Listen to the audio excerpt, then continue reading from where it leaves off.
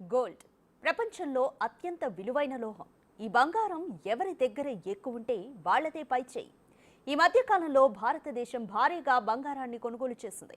బంగారం వాడకంలో భారతదేశం ముందుంది. బంగారం నిల్వలున్న దేశాల్లో భారత్ టాప్ 10లో ఉంది. అయితే మరో ఆశ్చర్యం కలిగించే విషయం ఏంటంటే భారతదేశంలోని ఇళ్లల్లో అంతకు మించిన బంగారం ఉందట. వేల టన్నుల బంగారం మన గృహాల్లోనే ఉన్నట్లు అంచనాలున్నాయి. దీని అసలు లెక్కలు వింటే నోరెళ్లబెట్టాల్సిందే. మరి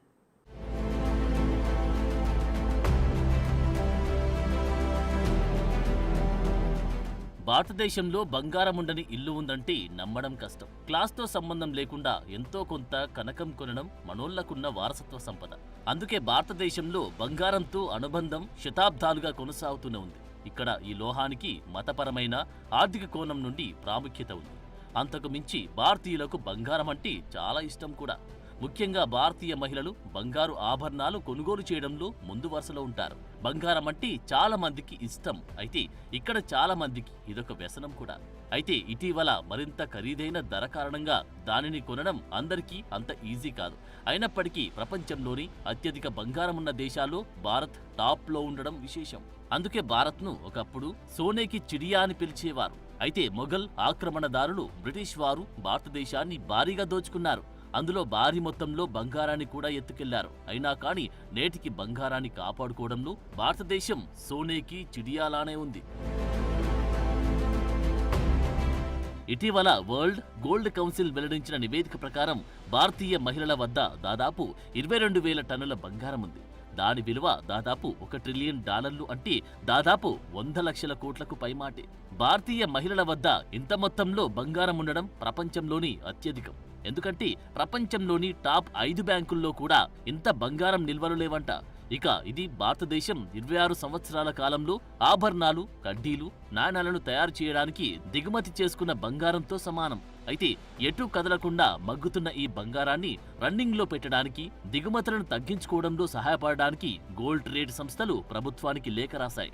రాబోయే బడ్జెట్లో బంగారం డిపాజిట్లకు అనువైన కాలపరిమితి, అధిక వడ్డీ రేట్లు అందించడం ద్వారా ఇంట్లో దాక్కున్న గోల్డ్ బయటపడుతుందని అంటున్నారు. అలాగే ఈ పథకం కింద బ్యాంకుల్లో 500 గ్రాముల పూర్వీకుల బంగారం డిపాజిట్లకు పన్ను విచారణలు ఉండవని డిపాజిటర్లకు హామీ ఇస్తే ఇవి బయటకొస్తాయని సూచించారు. దీని ద్వారా బంగారు ద్రవ్యీకరణ పథకం GMS లాభదాయకంగా ఉండేలా రూపొందించాలని విజ్ఞప్తి చేశారు.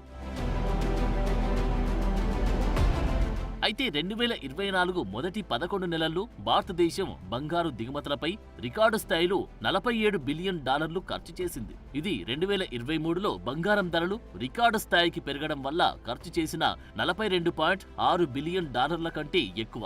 అయితే లాకర్లలో ఉన్న నిష్క్రియ బంగారాన్ని బయటకు తీసుకురావడానికి కస్టమర్లను ఒప్పించాలని నిపుణులు అంటున్నారు. దీనికి గుర్తింపు పొందిన ప్రసిద్ధ రిటైల్ ఆభరణాల వ్యాపారుల భాగస్వామ్యం కోరుతున్నారు.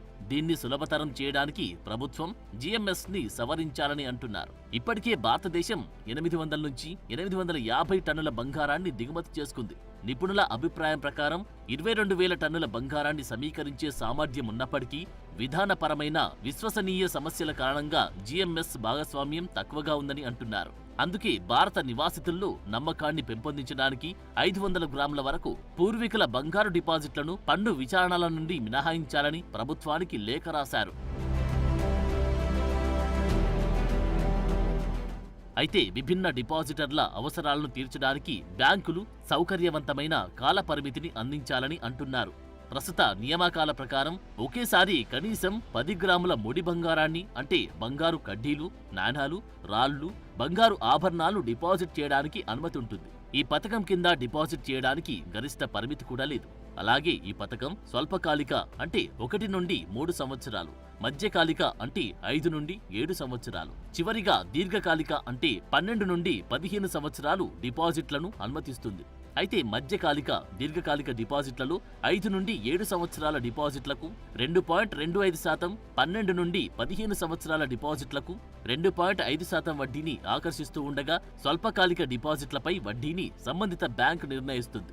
దీనివల్ల బంగారం రొటేషన్లలో ఇబ్బందులు ఎదురవుతున్నట్లు నిపుణులు పేర్కొన్నారు. దీని దిశగా ప్రభుత్వం దృష్టి పెట్టాలని కోరుతున్నారు.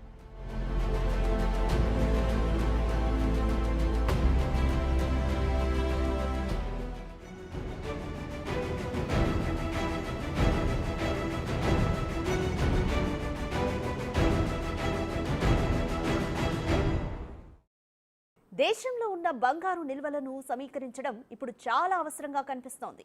ఇది దేశ ఆర్థిక స్థిరత్వాన్ని పెంచుతోంది. అలాగే విదేశీ దిగుమతులపై ఆధారపడడాన్ని తగ్గిస్తోంది. అయితే దీనికోసం ఇళ్లల్లో ఉన్న బంగారంపై ఆధారపడాలా, లేదంటే సంస్థాగత బంగారంపై, ముఖ్యంగా దేవాలయాల వద్ద ఉన్న బంగారంపై దృష్టి పెట్టాలా అనేది ఇప్పుడు చర్చకు దారితీసింది.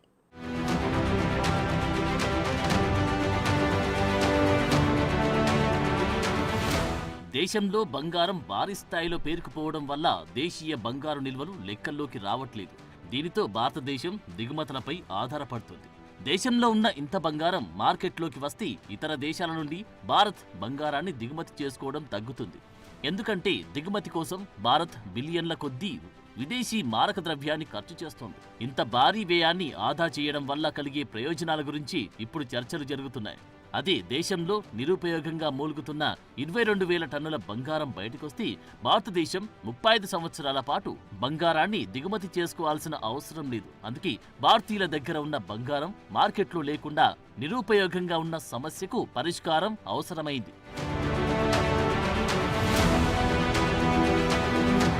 అయితే ఇంత స్థాయిలో బంగారం ఎందుకు బయటకు రావట్లేదు అనే దానికి కారణాలు కూడా చాలానే ఉన్నాయి. తరతరాలుగా సంపాదించిన ఇంట్లోని బంగారం ఆభరణాలకు కొనుగోలు రుజువులు లేకపోవడం పెద్ద సమస్య.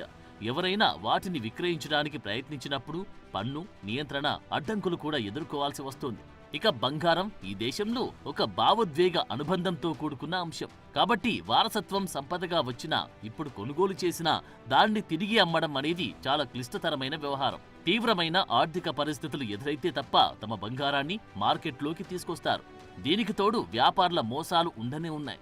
బంగారంలోని స్వచ్ఛత వ్యవహారంలో కస్టమర్ నమ్మిన దానికంటే ఎక్కువ రేటు చెప్తారు. చిటికెడు బంగారమైనా చాటెడు దోపిడీ చేయాలనే వ్యాపారస్తుల పద్ధతులతో చాలా మంది బంగారాన్ని బయటకు తీసుకురారు.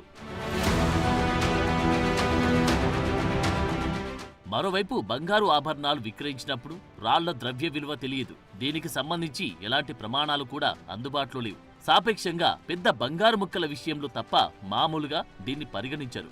దీనివల్ల విక్రేతకు భారీగా విలువ అందదు. దీనికి తోడు ఆభరణాల్లో మైనపు బరువుకు ఎటువంటి విలువ ఉండదు. అన్ని సందర్భాల్లో దానిని సేకరించడానికి గతంలో చెల్లించిన మేకింగ్ ఛార్జీలు పూర్తిగా కోల్పోతారు.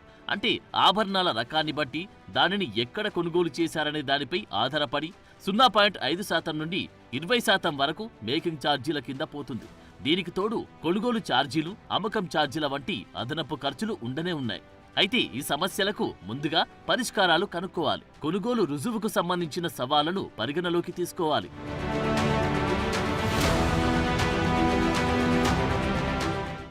ఇక సంస్థాగత బంగారం విషయానికి వస్తే దేవాలయాలు వంటి మతపరమైన సంస్థల ఆధీనంలో ఉన్న బంగారాన్ని సమీకరించడానికి అవకాశముంటుంది. 5,000 టన్నులకు పైగా అంటే సుమారుగా $3.75 ట్రిలియన్ విలువైన బంగారం నుండి 10,000 టన్నుల వరకు ఉండి ఆలయ బంగారు నిల్వలు బంగారాన్ని సమీకరించడానికి ఆచరణీయమైన మార్గంగా ఉంటాయి. ఇవి వ్యక్తిగత హోల్డింగ్ల మాదిరిగా కాక పన్నులు, నిధుల, వనరుల అవసరాలకు లోబడి ఈ ఆలయ ఆస్తులుండవు. కాబట్టి బంగారం సమీకరించే ప్రక్రియను ఇది సులభతరం చేస్తుంది. కాబట్టి వీటిని దేశంలోని విశ్వసనీయ గుర్తింపు పొందిన బంగారు శుద్ధి కర్మాగారాలతో భాగస్వామ్యం చేయడం ద్వారా దేవాలయాలు తమ విభిన్న బంగారు నిల్వలను ప్రామాణికమైన స్వచ్ఛమైన బంగారు కడ్డీలుగా మార్చుకుంటాయి. ఇది అమ్మకం లేదా పెట్టుబడికి అనుకూలంగా ఉంటాయి. ఇక స్వచ్ఛమైన బంగారు కడ్డీలుగా మార్చిన తర్వాత దేవాలయాలు బంగారాన్ని ఆస్తులుగా నిలుపుకోవడమో లేదంటే బ్యాంకులకు, వ్యాపారులకు విక్రయించే అవకాశం ఉంటుంది. అమ్మకాల ద్వారా వచ్చే ఆదాయాన్ని మరో మార్గంలో ఆదాయం సంపాదించడానికి పెట్టుబడిగా పెట్టొచ్చు. అలాగే నిలుపుకున్న ఆస్తులను వడ్డీని సంపాదించడానికి బ్యాంకులకు అప్పుగా ఇవ్వవచ్చు. తద్వారా నిల్వ, బీమా ఖర్చులు కూడా తగ్గుతాయి. ఇక బ్యాంకులు కూడా బంగారు ఆభరణాల ఫ్యాక్టరీలకు, దేవాలయాలకు చెల్లించే దానికంటే ఎక్కువ వడ్డీ రేటుకు రుణాలు ఇవ్వడం ద్వారా లాభాలను కూడా ఆర్జిస్తాయి. ఇది దేశ భవిష్యత్తుకు తోడ్పడుతుంది. కాబట్టి దేవాలయాలు తమ బంగారాన్ని ఎంతవరకు అమ్మితే అది భారతదేశ బంగారు దిగుమతులను అంత తగ్గిస్తుంది. ఇది విలువైన విదేశీ మారక ద్రవ్యాన్ని సంరక్షించడంలో సహాయపడుతుంది. ఇది దేశీయ బంగారు రుణ మార్కెట్ను పెంపొందిస్తుంది. విదేశీ బంగారం రుణాలపై భారతీయ బ్యాంకులు ఆధారపడడాన్ని తగ్గిస్తోంది. భారతదేశ ఆర్థిక స్వయం సమృద్ధిని కూడా పెంచుతుంది. అంటే ఇది అందరికీ విన్ విన్ పరిస్థితిగా మారుతుంది.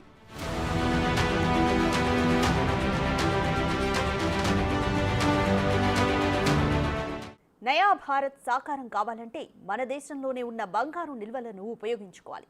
అయితే దీనికి విధాన నిర్ణేతలు, మత సంస్థలు, ప్రైవేట్ రంగాల మధ్య సహకారం కావాలి. అప్పుడే భారతదేశం తన బంగారు నిల్వల పూర్తి సామర్థ్యాన్ని వినియోగించుకుంటుంది. అది దేశ ప్రజలకు, దేశానికి ఉపయోగపడుతుంది.